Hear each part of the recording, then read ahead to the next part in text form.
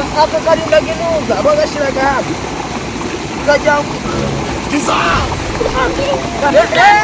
kumi maze Nduriya nuwa he izina rya Yesu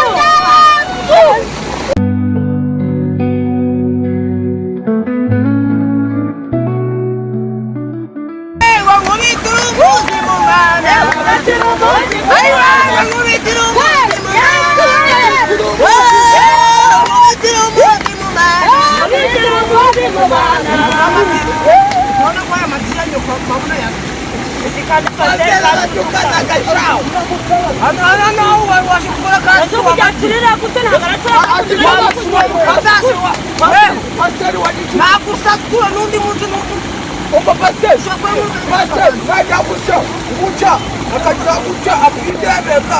Imani mabare n'incumu wamugora w'incumu ntabora n'ibirenge ona ngusatu wabonye tubatunene uremera mwicare Sasita kwa bikoki. karibu kunebe Amazi yanyo magani garajyoha. karibu mwicare Nabu kunu uri kumena amazi.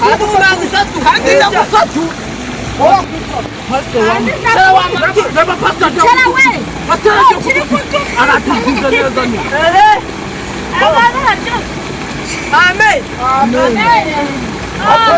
Uko byate. Amen. Ngaya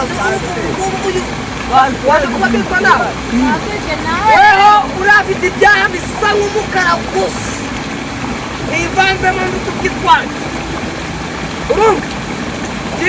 ngira ngo uri papa njyewe yego papa nawe yego papa Yako ulukwajo.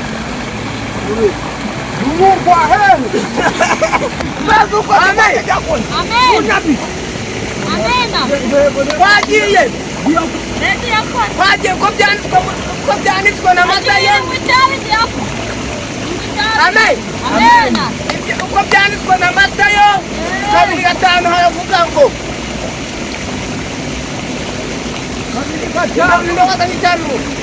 Ni wewe. ninde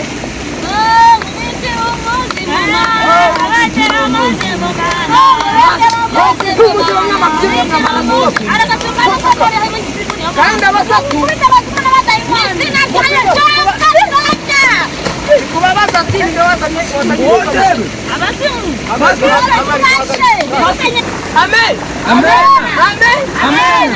Ndekubabwira ibyo byanditswe na Matayo Pastor wa machinya uri uko byanditswe na Yohana Pastor wa machinya uri kumanda. ibice 5 mirongo gatandatu aravuga ngo ibice miliyoni umurongo aravuga ati urumva mada kunda mugenzi wawe uko wikunda kandi ukoze mu by'ukunda byagutanga kimwe n'icumi amen nanga nguzana amen utumye Paswa utumye Paswa amen batumye Paswa shatara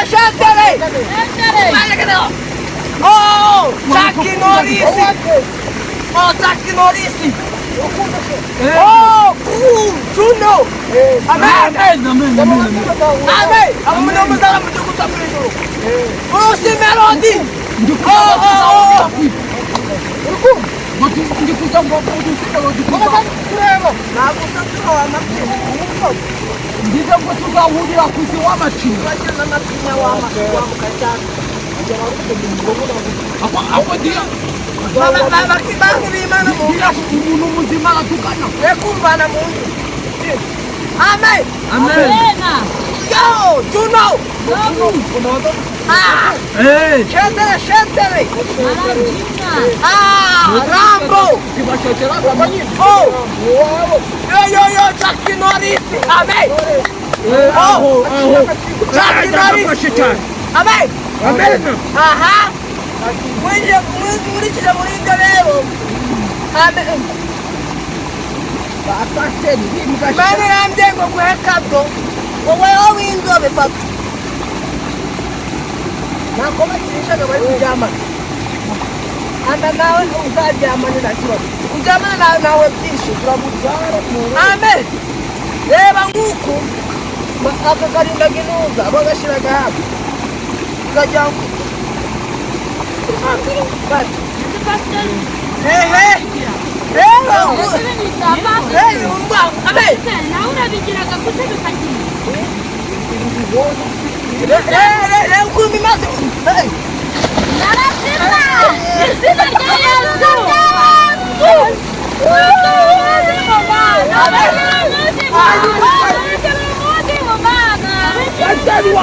uno muzimu wari unyase ntabwo ari njyewe izina rya Yesu Bashani wapfa umenye umuntu. Turemo umutwe amenye. uno muzimu wari unyase mu byatsi ndoka satani toka amen amena imana irambwiye ati rero ushaka gukizwa no kubatizwa umuntu ushaka kwakira umwana Yesu n'umukiza wayo ntashaka tugihehe ndagenda ndabishaka urabishaka ndabishaka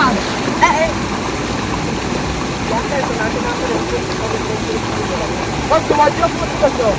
Ako waje kutuka. Basi waje kutuka kati na wemeye kubatizwa na shehe Majira wanajira hii. ukuntu rero imeze urumva Basi wakabanje ukarwana na pasiteri atagukine wamakira naje naguki. amen Yako kutimumbaga mwakinya abantu. Mudanga kubane mu bana. usangu nawe ngo byabara byogere bikabyoga Ndiku. amen ukuntu rero imeze urumva amen ushaka kubatizwa rero urashure batita wazana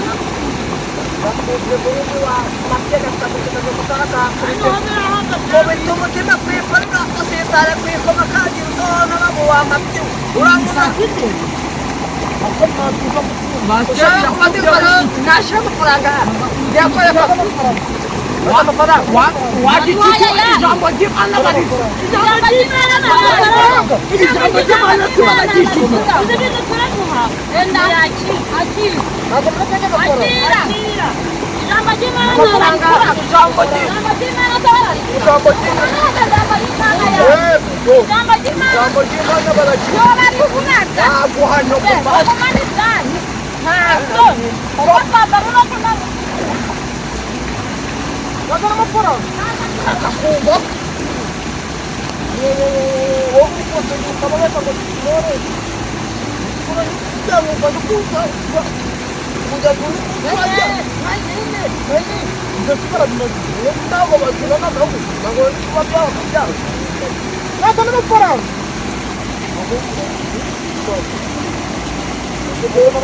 uanze kubatia ngo bagona usanga bamaye nagura mutima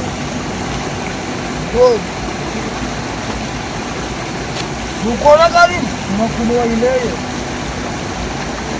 yao okumye bana kanga makora okumye kugari bintu baba okumye ni kwivuga ngo chakinori siramu utakwa mupese baba kuko ngoro baba atete kamene tena kurito hatina kwekonora kare muro banda orimba wanga ureba wanga beni wango wanga nako mengi sasa kuja unabonya kachonje kama kitu wote wana ndio unabonya kuchukua kutoka bodi Mungu akupata kama kwa Mungu akapata nyama samu wana kinde kokane kama kaje ndio kama karinda amado ndio simuniko kunya unamwona kuchukua ndio na kitu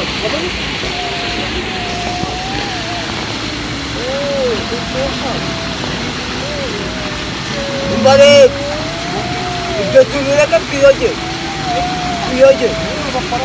Jangan bangga kau pura-pura ujung lagi. Twiyoge